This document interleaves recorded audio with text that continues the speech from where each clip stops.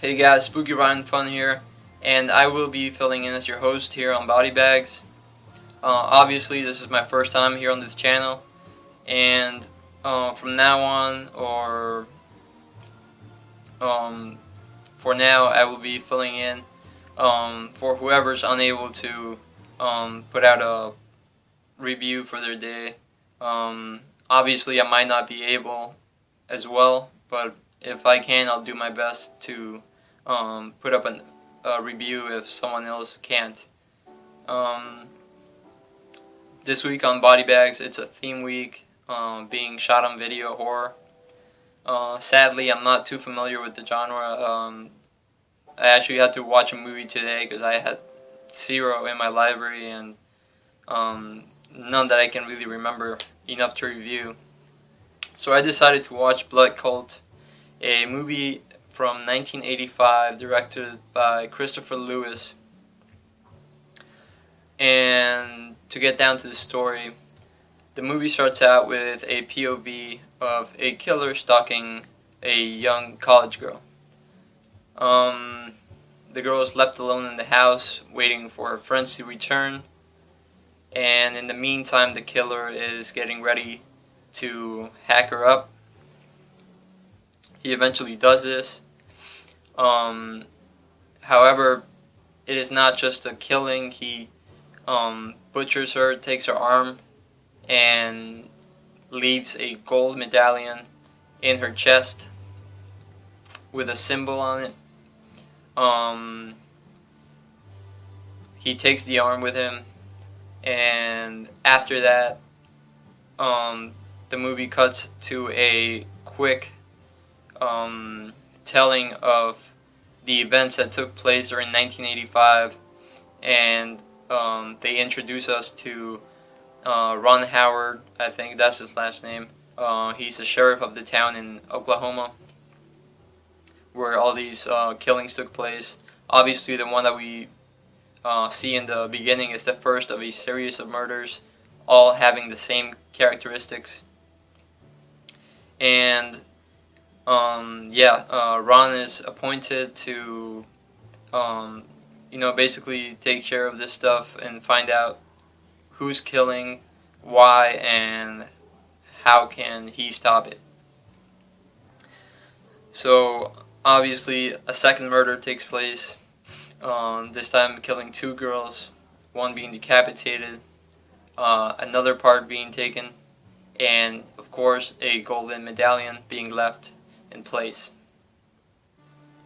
So at this point, the sheriff knows that the only evidence he has is this golden medallion, and the fact that the killer is no random killer, and this is no motivated kill. This is most likely a random psychopath, and he's taking body parts and leaving this gold medallion.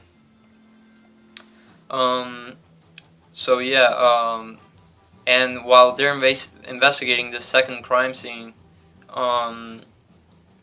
basically the sheriff tells you that the medical examiner is messing up the crime scenes. He's not doing his job the way he's supposed to, and he's not too sure that this is just by accident. He thinks he might be involved. He doesn't say that, but obviously he points it out in a way. So yeah, that's what that kind of gives you a little bit of a suspicion, Obviously, the medical examiner messing up the crime scene is nothing. It's not normal. So why is he doing this? You'll find out at the end of the movie. But after this, we get introduced to another main character in the film, which is Tina, Ron, the sheriff's daughter. And she gives them the most valuable information about this case, which is a book that was just recently added to the library where she works in her college, the college where the girls are getting picked off. And yeah, this book has a picture of the medallion that's being left around, and as he reads on about this amulet, it tells about the amulet being possessed by a witch cult in the 1700s who backlashed against the Salem witch trials and murders. The Ron keeps reading on and finds out that they would actually kill people, take pieces of their bodies, and create this mannequin or this this monster, kind of like Frankenstein, which would, be sacrificed in a burning to their demon god or Satan himself. So obviously, the stuff in the book adds up with what's going on in real life, and so that becomes his center point of investigation. He starts investigating the cult aspect of the motives behind the killings, and yeah, that leads him to look for areas where a ritual could actually take place, the woods, somewhere where they could actually make a fire and have this type of ritual and not be seen. So he looks into the woods, and he finds out that this lady had actually called the police station to make a complaint about these people who were making noise and fires in the woods behind her house. When the sheriff goes over to the lady's house to interrogate the lady himself, he finds out that that day or the day before, her dog had actually been murdered and decapitated by unknown assailants. And obviously, with the information she gives him, he knows that this is the place to look, and decides to come back during the midnight hours. He does this after being drugged with some type of sleeping drug, and obviously when he finally gets there and starts investigating,